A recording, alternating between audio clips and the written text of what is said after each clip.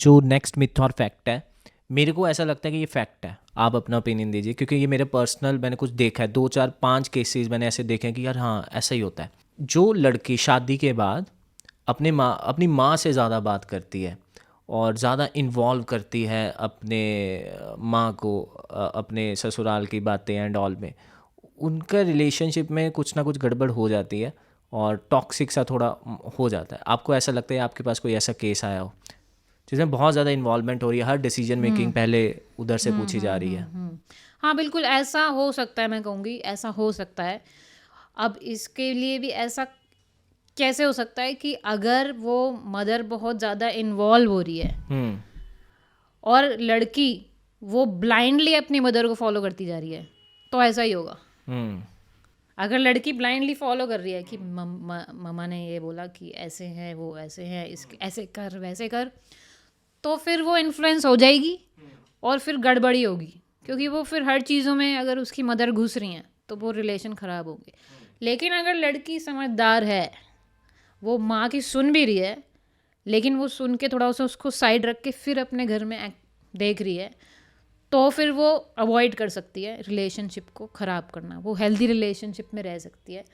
तो ये डिपेंड करता है लड़की के ऊपर कि वो मदर को कितना घुसने दे रही है। वही चीज़ होती है, इन्फ्लुएंस हो जाते हैं, क्योंकि हमारे माँ बाप हैं तो हम उनसे इन्फ्लुएंस हो जाते हैं। तो आई एग्री ऑन दिस कि ऐसा डेफिनेटली होता है इस केस में। वो और अगर ये बहुत ही रेयर होगा कि लड़की समझ पाए, अगर इतनी उसमें समझ है तो फिर वो उसको बैलेंस कर लेगी और मदर को थोड़ा सा जो भी बोल रही हैं उसको भी मैनेज करेगी और फिर उसको उसका इम्पैक्ट नहीं आने देगी अपने रिश्तों पे ना। नहीं तो फिर वो ख़राब होते ही हैं। जहाँ पे मैंने देखा है, जहाँ पे मदर फादर ज़्यादा, मदर ही घुसती हैं, मैंने देखा है मदर ही घुसती हैं जहाँ वो घुस रही हैं। अच्छा खासा हस्बैंड वाइफ का चल रहा होगा, मैंने देखा है मदर्स ही बीच में आके वो सारी ख़राब कर रही होती हैं। थोड़ा सा अगर वो मदर से डिस्टेंस हो जाए, मतलब घुसने ना दे उनके साथ, अपना मदर के साथ अच्छा रिलेशन रखो और यहाँ पे उनको घुसने ना दो, हर चीज़ों में छोटी छोटी डिस्टेंस थोड़ा सा रखो, तो फिर अच्छा चलेगा।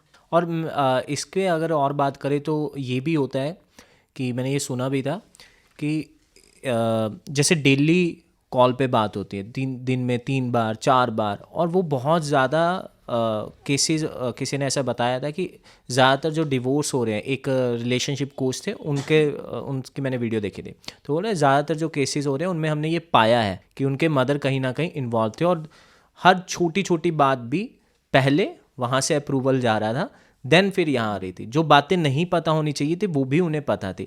और ये आजकल की जनरेशन में मैंने ज़्यादा देखा है। और ये एक स्टेटमेंट और भी थी कि जो पहले के रिलेशन होते थे तो वो बोलते थे कि जैसे मेरे मदर हैं या फिर मेरे ग्रैंड मदर हैं, तो वो बोलते हैं कि हमारे पेरेंट्स को तो ऐसा होता था कि एक बार बेटी विदा हो गई तो हमें पता ही नहीं है।